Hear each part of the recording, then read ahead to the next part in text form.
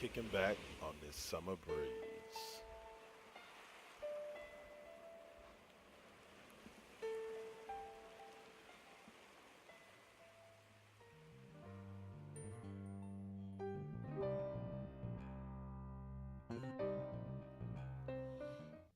Hey guys, welcome to this week's edition of This Week in Basketball with Double K. Of course, I am Double K, host of Double K's Classroom, West Coast Bias, co-host of the Raw Impact Unleashed. And I'm here to talk to you a little bit about what went down in basketball this week. We're going to start with the Western Conference, where the Golden State Warriors sit at 29-5, 14 wins at home, 15 on the road, 6-1 in the division, 19-4 overall in the conference. They still sit on top of the conference by a couple of games over the San Antonio Spurs, who sit at 27-6, 11-4 at home, and 16-2 on the road.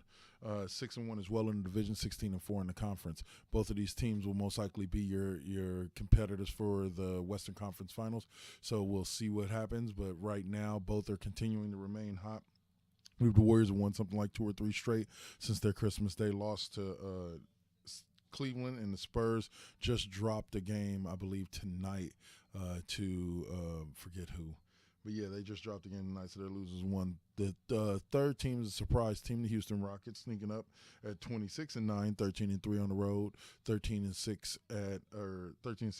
on the road, 6-3 in the division, and 19-6 overall in the conference. This is a team that could surprise people. That talented roster over there with James Harden and them boys, Clint Capella, who may no longer be a Rocket by the trade deadline, but we'll see. We'll talk about that a little bit more in the week's top stories as you're reading over to my left. So, all right. Over to my right, sorry. All right, so that'll be the Western Conference teams. There's a lot of other teams like Dallas, so on and so forth, competing for playoff spots. They're going to all give these 3 teams a run for their money, but right now they are the top teams in the league. Next up, we're going to take a look at the Eastern Conference. The Eastern Conference works a little bit differently, as they're a little bit weaker of teams as far as I'm concerned. There's only 2 real solid top teams, and that would be the Cleveland Cavaliers, who sit at number 1, sitting at 25-7. 17 home wins, 8 road wins, including a win over the Golden State Warriors at home. 3-4 in their division, 19-5 in their conference.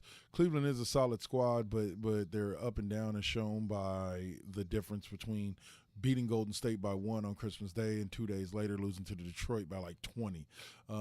This team is an enigma wrapped in a mystery, and will continue to perplex me all season, all the way to the NBA Finals, as the Eastern Conference is not that hard of a road. The Raptors are the second best team in the conference, sitting at 22-10, 11-5 at home, 11-5 on the road, completely identical records. They're 5-0 in their division, 13-4 in the conference, and look to be the only real threat outside of the next team in the conference, the third team in the conference, who sits at 20-14, which is the Boston Celtics. Both of these teams have the potential to get lucky and knock off the Cavs, but I doubt either one of them will. The Celtics sit at 8-6 at home, 12-8 on the road, 5-1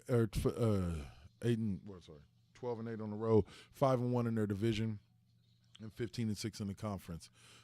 If this is how it ends up shaking out come playoff time, I really doubt that Cleveland's going to have that much trouble getting to the conference finals, being that both Toronto and Boston can be knocked off early. But for right now, all 3 teams are sitting on top of their conference and look to continue that ride as we head into the second half of the season, or the late part of the first half of the season.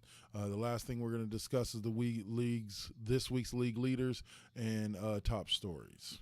All right, starting with this week's league leaders, you'll see them right over here. Right over here.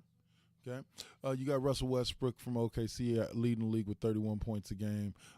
James Harden from Houston leading the league with 11.9 assists per game. Westbrook is shortly behind him, I believe, with about 10 points something assists. Rebounds per game goes to Hassan Whiteside, forward center out of Miami.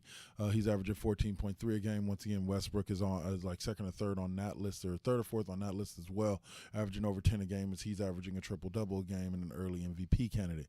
John Wall is overtaking Chris Paul as the steals leader with 2.3 steals a game.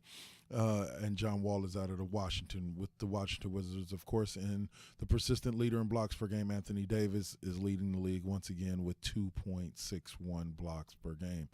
once again, those all impact players, all guys that are looking to lead their teams to the playoffs and potentially NBA championships. This week's top stories start in Houston, where the Rockets are in a potential trade or in talks for a potential trade with the Kings for Kostas Koufas to help them out since Clint Capella went down with a leg injury. They're offering up one of their other younger big men to Kufa or to Sacramento. Sacramento, who has some people behind with Rudy Gay and so on and so forth, or not Rudy Gay, sorry, a couple other big men who they can use to replace Kufas with, Willie Cauley-Stein, etc. Are looking more and more willing to let him go. The Bucks are shopping forward center Greg Monroe for trade. This is one where I would love to see the Warriors try to make a push to try to get him, because you add him to the center of what we already have, and my God, that would make us insane. But who do we give up in the process? Do we give up a Jaja Pachulia, which I wouldn't mind giving up for a Greg Monroe, but do they take a Jaja Pachulia and a first-round draft pick maybe for Greg Monroe? We will see. I doubt it, because they probably want a high first-round draft pick and the ability to get a player that might make a somewhat of an impact, being that the Bucks are a potential playoff team in the East. I just don't see it happening, but I would love to see that happen. Who knows where he may land. Brandon Knight is also being shopped around by the Suns. He may be on his way to Sacramento himself in a deal that may see Rudy Gay end up in Phoenix for the final years of his career. But overall, we'll see how that plays out. I like the potential of Brandon Knight in that Sacramento offense. I think he adds a little bit of explosiveness that they need out of their two position that they're not getting right now. And he would be able to help out Darren Collison from the one by giving other people to focus on other than just him and Ja Boogie. So that's been it for this week. Check in with me next week for This Week in Basketball. I am Double K. Check out West Coast Bias every Sunday and Double K's Classroom every Friday or every other Friday. All right? 4 Aces.